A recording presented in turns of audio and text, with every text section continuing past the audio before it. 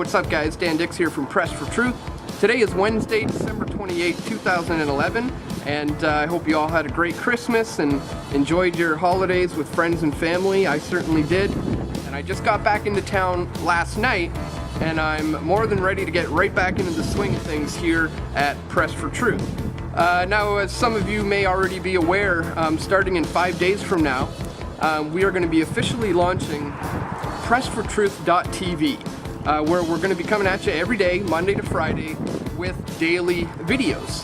So we're really hoping that you guys will support Press for Truth and support independent media by signing up to PressForTruth.tv, and I certainly hope to see you there this Monday. But as for today, we wanted to update you about the press conference that we covered just last week, where two Canadians are taking on their case against the Bank of Canada in an effort to restore it back to the way it was prior to 1974, before we began borrowing from the Bank of International Settlements and the International Monetary Fund. So we wanted to show you our coverage of that press conference today, mainly because there's been such a lack from the mainstream media on this. There's pretty much been no mention of it whatsoever. In fact, the only people who were there at the press conference were independent media. We had Lawrence McCurry, independent freelance journalist based here in Toronto. We had Brendan from We Are Change Toronto at wearechangetoronto.org. And of course, Terry Wilson from Canadian Awareness Network was there. And myself and Steve from Press for Truth were there to provide our coverage. So we'll leave you with that today, some footage of our coverage from that press conference. And once again, I hope to see you on Monday over at PressForTruth.tv. My name is Rocco Galati. Seated to my immediate left is Ann Emmett, and to her immediate left is Mr. William Krem. And they're two of the co-plaintiffs in an action that they filed as plaintiffs along with CUMR, the Committee on Monetary and Economic Reform, against the Minister of Finance and the Bank of Canada. It challenges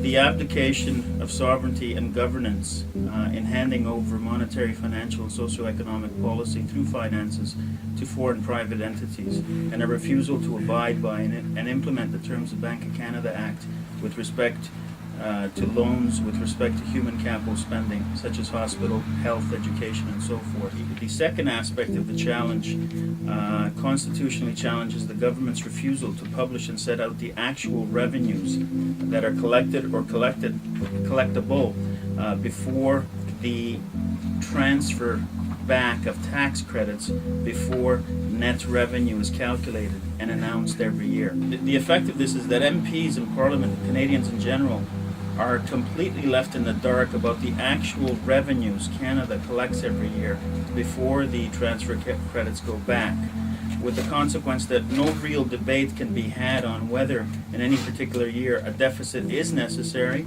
and if it's necessary, where the money or loans should come from. This is a constitutional violation that goes to the foundation of our system in terms of the rule of law. The Bank of Canada was actually organized as a private bank, and it was nationalized only in the year before the outbreak of the war.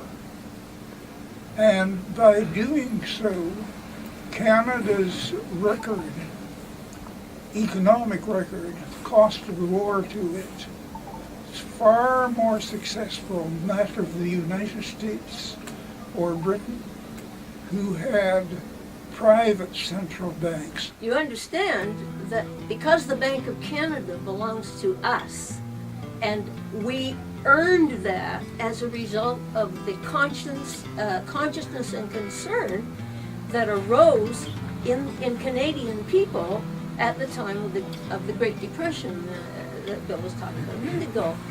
And so here the government is able to create money that we need for schools, for hospitals, for healthcare, for the environment, at little or no interest. And it's borrowing it instead from private banks who create that money out of thin air. It's nothing but debt. It's nothing but numbers in a computer.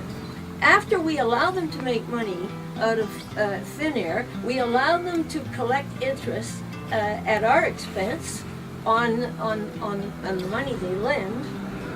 Then, when they do get into difficulties, which they do because we've granted them deregulation that they require, then we are told that we have a deficit, and that is, we must pay off the debt. We must pay off the deficit at the expense of education, healthcare, and all the rest of it. How clever is this? It's time to challenge that system. Our government does not have the constitutional jurisdiction to govern at the behest of foreign private entities, banking or otherwise. The Bank of Canada, in fact, also fully bankrolled the Second World War. And the St. Lawrence Seaway. And the St. Lawrence, and so on, and so for the government to pretend that this is new, this is a crazy new idea, is just a fallacy. That's why the bank was set up in the first place, so we would have, as Canadians, control over our own monetary policy as it affects our socioeconomic policies. Between 1981 and 1995, the federal government collected from income tax something like $619.2 billion. It paid in interest to private moneylenders $428.2 billion. You can't allow foreign private entities in secret meetings to govern your country, and that's what's happening with respect to the way banking exerts its influence, because they're ignoring the Bank of Canada, and moreover, they're ignoring their constitutional duty to properly account in the budgetary process.